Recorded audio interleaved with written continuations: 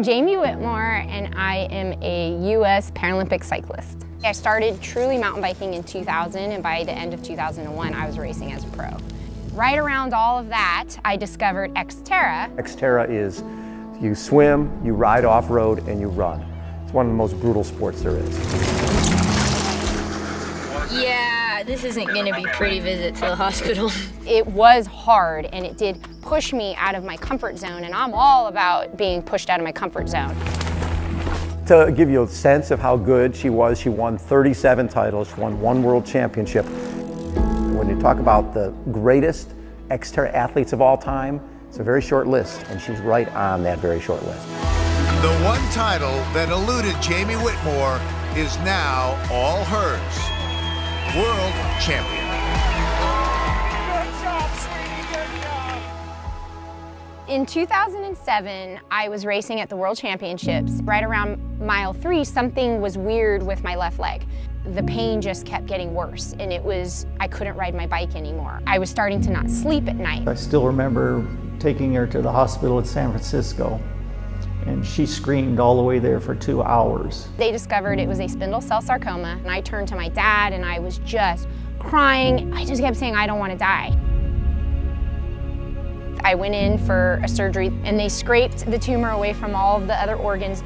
I was happy that she came through it and lived, because that's how bad it was. They had told me if I had waited another day that I might not be here today. They managed to save almost everything that they could except the nerve. My foot could no longer get the signal from my brain. I had a paralysis of the left leg. They took all of my glute muscle, the rest of the sciatic nerve, and part of my sacral nerve, and part of my tailbone. I saw on Facebook that when they cut in the sciatic nerve, she was going to end up with drop foot and could never run again. And it was at that point that I reached out to her husband, Courtney. I said, I know Jamie, she's going to need sport.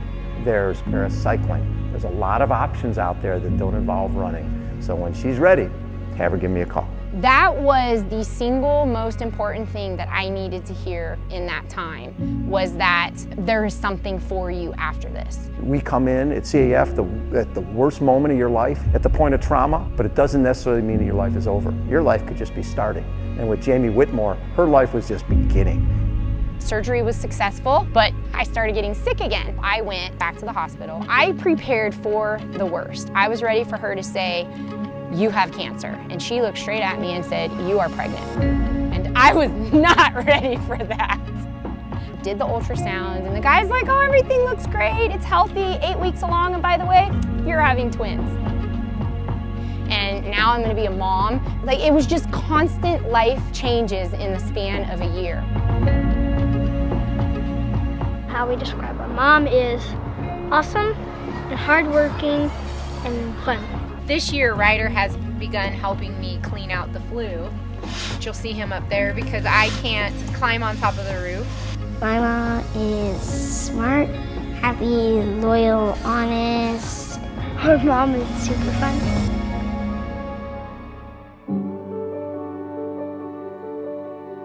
There was doubt sometimes, like, am I ever gonna be able to ride a bike again? And Challenge Athletes comes along and says, you know, here, you need this brace to ride a bike again, we'll help you. This particular brace allows me to pedal the bike. The only working muscle in my leg, which is my quad, can work with the brace to be able to use that leg. CAF has helped me continue to purchase equipment to help me excel in my sport. She started working out and pedaling more and more, and pretty soon it developed into, let's go try racing. I'm using it as a sprint.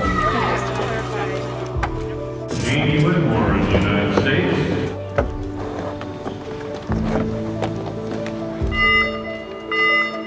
Up. Come on, girl, you got it, you got it. Cycling is the one sport right now that doesn't make me feel like I have a disability. I joined the Paralympic cycling team and began the road to Rio. When Rio finally came and I was named to the team, it was like a dream come true, but I couldn't enjoy it because I didn't want to just go to Rio. I wanted to win.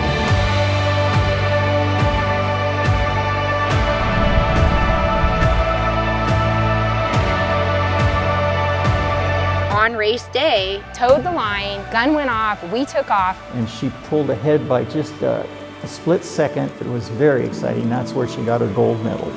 That's a gold medal. I had her boys with me, and they said, you can lift them over the fence here and let them come stand with her while she's presented the gold medal.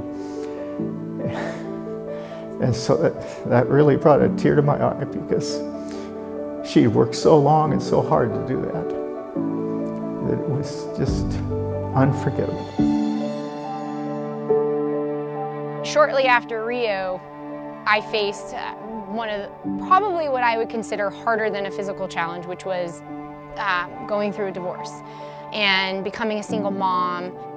Even to this day, being a Paralympic gold medalist, I still basically qualify for food stamps because it's just that hard to make money. The balance of us, of Paralympians, making an honest living is so significantly lower than an able-bodied athlete. The Challenged Athletes Foundation very much allows me to continue to be an athlete. Like, you helped me be able to ride a bike again, because I couldn't have done it.